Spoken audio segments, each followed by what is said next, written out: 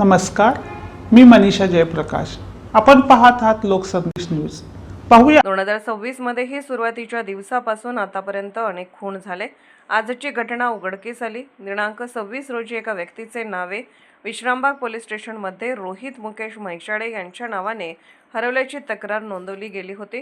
Vishrambag police त्याचा कसून तपास करत असता 2 अल्पवयीन मुलांनी या व्यक्तीस मारून टाकले आहे असे सांगितले व ते ठिकाण विठ्ठलनगर मार्टिन स्कूलच्या मागील बाजूस एक विहीर आहे. त्या विहिरीमध्ये बॅरेलमध्ये घालून त्याला बुडवण्यात आल्याचे त्यांनी सांगितले. त्या अनुषंगाने पोलिसांनी तपास करत त्वरित गांभीर्याने दखल घेत पोलिसांनी तातडीने रेस्क्यू टीमला बोलावून रोहितचा मृतदेह ओळखीसाठी त्याच्या मामाला दाखवले असता मामाने त्याला ओळखले. त्याबाबत विश्रामबाग पोलीस स्टेशनमध्ये खुनाचा गुन्हा दाखल करून अधिकचा तपास विश्रामबाग पोलीस करत आहेत. लोकसंदेश न्यूजसाठी अजय माने यांचा रिपोर्ट.